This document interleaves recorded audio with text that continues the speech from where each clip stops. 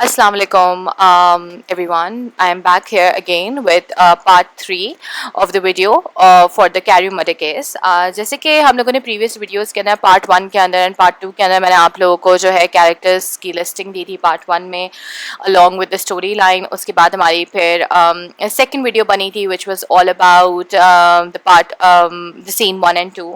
Right after that we had a third video which was about 3, 4 and 5. ठीक है, so आज I'm going to be making a video. This is going to be the last video for the last two scenes जो कि है scenes 6 and 7 for the Carew murder case. सही है. अच्छा, अब मैं थोड़ा सा आप लोगों को जो है एक जो है वो बैकग्राउंड बता दूं. ठीक है, कि जो हम लोगों ने ऑलरेडी अपने बाकी की वीडियोस के अंदर कंप्लीट किया हुआ है, that what exactly happened from the start. So scene 1, 2, 3, 4, 5 का मैं आपको थोड़ा सा इन शॉर्ट करके सारा कुछ डिटेल में बता रही हूँ ताकि आप लोग को क्विकली एक ब्रेनस्टॉर्मिंग हो जाए और उसके बाद मैं सीन 6 और सीन 7 स्टार्ट करूँगी. ठीक है. अच्छा जी, होता कुछ इस तरीके से है कि एक मेड होती हैं, राइट, जो कि अक्टूबर के महीने के अंदर एक रात होती है, 11 बजे होते हैं रात के, और वो नीचे से मतलब कि घर के अंदर नीचे से अपस्टेयर्स ऊपर जाती हैं क्योंकि ऊपर उनका रूम होता है और ऊपर जाके वो एक डब्बे के ऊपर बैठती हैं, विच इज़ लाइक एक वुड का बॉक्स होता है, उसके ऊपर बैठती हैं और वो बाहर देख रही होती हैं. और बाहर देख के वो ये सोच रही होती हैं कितना अच्छा, कितना खूबसूरत माहौल है, कितना पीसफुल है, कितना सुकून है आज. और एकदम से उनका सुकून जो है वो ख़राब हो जाता है इस तरीके से कि वो ये देखती हैं कि किसी का मर्डर हो रहा है, जो कि बहुत फेमस लंदन के एक जेंटलमैन है जिनका नाम है सर डैनवर कैरियो, राइट. और उनका मर्डर कंडक्ट करने वाले जो है कोई और नहीं बल्कि मिस्टर हाइड होते हैं. मिस्टर हाइड को भी मेड इस तरीके से जानती हैं क्योंकि वो कुछ दिनों पहले उनके मास्टर से मिलने के लिए उनके घर के ऊपर आए थे, राइट. जब ये सारी चीज़ें हो रही होती हैं तो उसके अंदर मेड ये सारा मर्डर को देखकर बेहोश हो जाती हैं, और बेहोश होने के बाद जब वो सुबह उठती हैं तो वो फ़ौरन इमीडिएटली पुलिस को फ़ोन करती हैं. ठीक है. पुलिस जो है वो मौका वारदात के ऊपर फ़ौरन पहुंचती है और वो ये चीज़ देखती है कि वहाँ पे 3 से 4 चीज़ें पुलिस को मिलती हैं, जो कि एक होता है वॉलेट, मिस्टर डैनवर कैरियो का एक गोल्डन वॉच होती है. उसके अलावा जो है उनका एक लेटर होता है जिसके ऊपर नाम मिस्टर अटसन का लिखा होता है, उनका एड्रेस और उनका टेलीफोन नंबर होता है. एंड अपार्ट फ्रॉम दैट एक बांस का डंडा मिलता है जिससे मिस्टर हाइड ने बेसिकली मिस्टर डैनवर कैरियो को मारा होता है, और वो आधा बांस का डंडा उनको गिरा हुआ मिलता है. तो उस बेसिस के ऊपर सीन 5 में ये होता है कि पुलिस जो है वो मिस्टर अटसन के घर पर जाती हैं और जाकर एक्सप्लेन करते हैं कि exactly how was the murder conducted and what evidences did the police find out. ठीक है. अच्छा, होता है कि मिस्टर अटसन जो है वो एक बहुत फेमस लंदन के लॉयर हैं और उनका काम ही ये है कि मिस्ट्री सॉल्व करते हैं, और बहुत सारे इस तरीके के केसेस उन्होंने पहले भी लड़े हुए हैं और वो आगे भी इन केसेस को परस्यू करना चाहते हैं और करेंगे. ठीक है. अब होता ये है कि जब वो मिस्टर अटसन ये हाफ टूटा हुआ बांस का डंडा देखते हैं तो वो फ़ौरन आइडेंटिफाई कर लेते हैं कि आखिर ये बांस का डंडा तो वही डंडा है जो बहुत सालों पहले मिस्टर अटसन ने मिस्टर जैकल को दिया था. ठीक है. अब मिस्टर जैकल और मिस्टर हाइड का क्या रेफरेंस है, मैंने आप लोग को सबसे पहली वाली वीडियो में ये बात एक्सप्लेन भी करी थी कि मिस्टर जैकल और मिस्टर हाइड बेसिकली एक ही इंसान है. ठीक है. ये एक हिडन पर्सनालिटी, एक हिडन कैरेक्टर है कि मिस्टर जैकल जो है वो बेसिकली एक डॉक्टर हैं और वो इस तरीके का एक पोशन बनाते हैं, एक ऐसी कोई पीने की एक इस तरीके की दवा होती है कि जो पीते हैं तो वो फ़ौरन से एक ईवल कैरेक्टर में कन्वर्ट हो जाते हैं जिनका नाम होता है मिस्टर हाइड. और ये सारी जो मर्डर्स होते हैं, गलत काम होते हैं, ईवल चीज़ें होती हैं, वो सारी कंडक्ट होती हैं मिस्टर हाइड के through, right. So this was all explain to you back in scene 1, 2, 3, 4 and 5. ठीक है. अब सीन 6 में क्या होता है, scene 6 and 7 are the last 2 scenes of this chapter and I will be explaining it to you. ठीक है. पहले मैं आपको रीड आउट करूंगी सीन 6 और फिर सीन 7, और उसके बाद मैं आप लोग को एक्सप्लेन करूंगी that what exactly happen in scene 6 and 7. You can see the pictures already in the video, ताकि आप लोग के लिए क्लैरिटी के लिए मैंने पिक्चर्स डाली हुई हैं. इसको काइंडली बहुत गौर से रीड करेगा because in the end of all the scenes are completed मैं आप लोग को चैप्टर की एक समरी लिखने के लिए कहूँगी, right. So let's start. The scene 6. The police and the lawyer goes to Mr. Hyde's house where his maid opens the door. who seems an evil looking woman but very great manners. अच्छा, अब होता ये है police और mister और जो lawyer होते हैं मिस्टर आर्टिसन, वो ये करते हैं कि वो लोग मिस्टर हाइट के घर पर जाते हैं, ठीक है।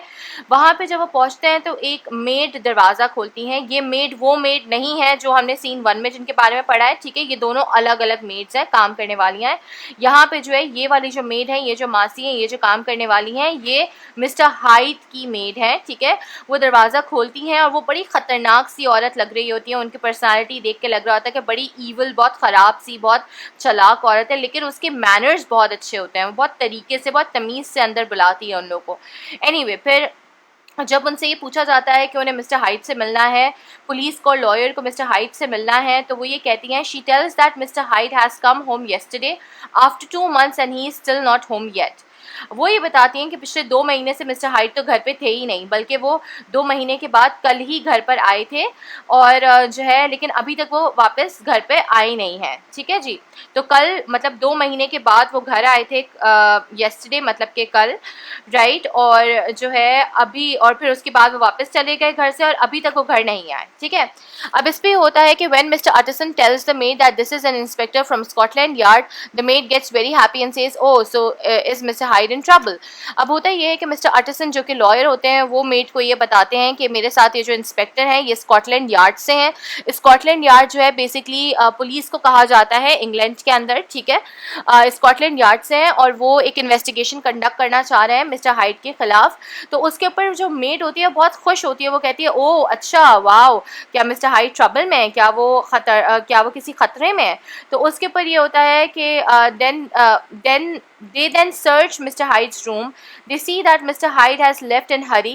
Clothes are everywhere, drawers are open and there are all ashes everywhere. अच्छा, होते ये कि जब ये लोग अंदर जाते हैं मिस्टर आर्टिसन और पुलिस इंस्पेक्टर और मिस्टर हाइड के कमरे की तलाशी लेना शुरू करते हैं, तो देखते हैं कि कमरा बहुत ख़राब हालत में है। हर जगह जैसे कि वो कहीं से वो यहाँ से भागे हो। हर जगह उनके कपड़े गिरे हुए होते हैं, उनकी दराज़ें खुली हुई होती हैं, उनकी सारी चीज़ें जो है वो पड़ी हुई होती हैं ज़मीन के ऊपर, और बहुत सारे एशेस जो है, एशेस का मतलब क्या कि जैसे कोई चीज़ जब जलाई जाती है तो जले हुए कागज़ के टुकड़े जो हैं वो पड़े हुए होते हैं, ठीक है।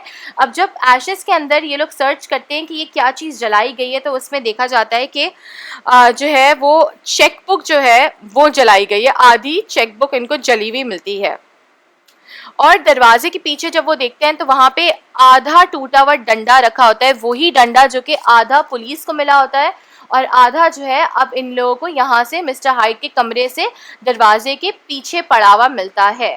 तो ये तो हो गया सीन 6, सही है। अब सीन 7 में क्या होता है? Scene 7 is the investigating officer then goes to the bank and finds out that there are millions of pounds in Mr. Hyde's account. अब होता ये है कि जब इन लोग को चेकबुक मिल जाती है तो उस चेकबुक के थ्रू ये लोग बैंक जाते हैं और इन्वेस्टिगेशन जो पुलिस ऑफिसर होते हैं वो और मिस्टर आर्टिसन दोनों ये लोग बैंक में जाते हैं और बैंक में जाके वहाँ पे जो एक ऑफिसर होता है, बैंक ऑफिसर, उससे बोलते हैं कि उन्हें मिस्टर हाइड के बैंक अकाउंट की डिटेल्स चाहिए। वहाँ से उनको ये पता चलता है कि इनके अकाउंट के अंदर मिलियंस ऑफ पाउंड्स पड़े हुए हैं, ठीक है, जिसके ऊपर ये लोग सुकून का सांस लेते हैं, इंस्पेक्टर और Mister Utterson. And to the relief of two they are assure that they will find Mister Hyde. और अब उनको ये अश्योरिटी हो जाती है, उनको ये इस बात का सुकून हो जाता है कि सही है, अब ये लोग मिस्टर हाइड को ढूंढ लेंगे क्योंकि उनके अकाउंट में इतने ही पैसे हैं, तो डेफिनेटली मिस्टर हाइड जो है वो वापस आएंगे अपने अकाउंट से पैसे निकालने के लिए। अब सिर्फ एक जो परेशानी होती है वो ये होती है, only difficulty they have is that they are hardly able to sketch out Mr. Hyde's picture as no one had seen him. He had no family or relatives and the few people who has seen him said he was a wild looking man.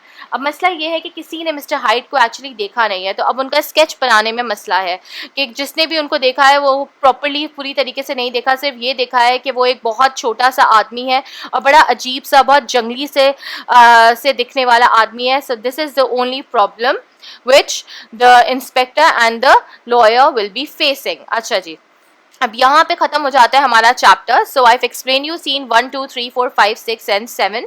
यहाँ पे हमारे पूरा chapter ख़त्म होता है, right. अब basically story जो है वो पूरी नॉवल से ली गई है, तो जाहिर सी बात है इसमें कोई एंडिंग या स्टार्टिंग ऐसा है नहीं. तो अब सीन 7 पे जब हमारा चैप्टर ख़त्म होता है, इसके बाद मैं आप लोग को क्वेश्चन एंड आंसर्स दूंगी. आप लोग की एक्सरसाइज नंबर ए है, पेज नंबर 48 आप लोग की बुक्स का है. उसके अंदर जो क्वेश्चन आंसर्स हैं उसको क्वेश्चंस को आप लोग काइंडली प्लीज़ कॉपी करें और उसके बाद उनके आंसर्स लिखें. दिस इज़ योर वर्क, ठीक है. और इसके बाद आप लोग को थोड़ा और मैं काम इसी चैप्टर से रिलेटेड दूंगी, जो कि होगा वर्ड्स मीनिंग और समरी राइटिंग. इंशाल्लाह मैं आपको आपकी नेक्स्ट वीडियो के अंदर आप लोग को वर्ड्स मीनिंग और समरी राइटिंग जो है वो करवाऊंगी. अभी के लिए ओवरऑल यही है कि आप लोगों ने सिर्फ क्वेश्चन आंसर्स करने हैं पेज नंबर 48 के ऊपर आपकी बुक की. फ़ौरन आपका चैप्टर खत्म होते ही पेज नंबर 48 पे आप लोगों का ये क्वेश्चंस अवेलेबल हैं, ठीक है. इसके अलावा मैं पिक्चर भी अटैच कर रही हूँ वीडियो के साथ, ताकि आप लोग को आसानी हो जाए इसे कंप्लीट करने में, right. So for now this is it. We have completed our chapter, the Carew murder case, and if you have any confusions, any queries, anything which is not still unclear to you, please visit me in this school between 10 to 12. Inshallah I'll be there to explain you everything. Thank you very much. Allah Hafiz.